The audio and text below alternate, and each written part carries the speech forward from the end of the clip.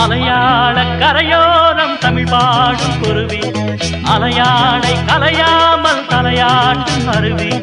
மலையாள கரையோரம் தமிழ் பாடும் குருவி அலையாளை கலையாமல் தலையாட்டும் அருவி மலைமுடியினில் பனி வழியுது பூக்கள் வாசம் வீச காதோடு ஏதோ சொல்லி சாடை பேச